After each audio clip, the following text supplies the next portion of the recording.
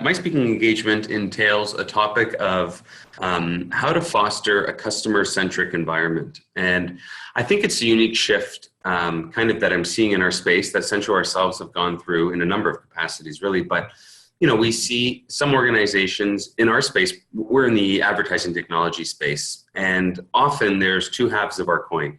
You're either a heavy sales-driven organization or you're a heavy technical organization. Your engineering kind of rules the ship.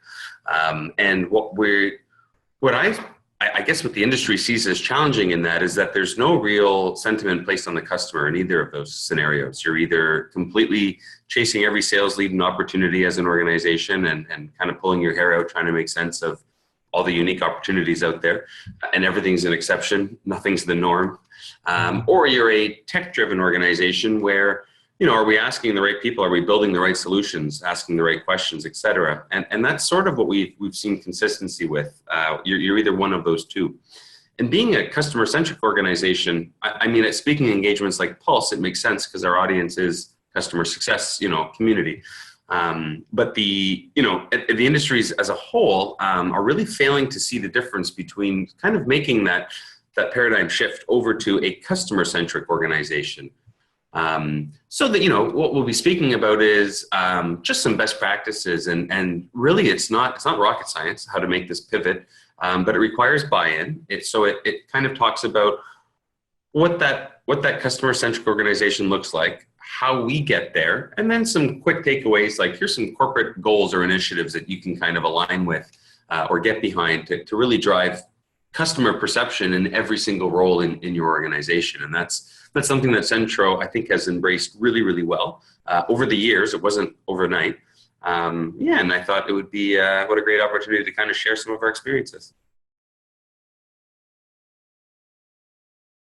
You know, we have a roadmap and we have limited resources like every organization does. And when you look at how and where those resources were getting allocated, and I looked at where the majority of that roadmap lied, most of it sat with sales requests, which by no means was a bad thing, but it just seemed that they had a lot of influence over the whole direction of the company based on prospects versus our existing revenue base. And then that adage true, you know, story about retaining customers is far less expensive than winning new customers.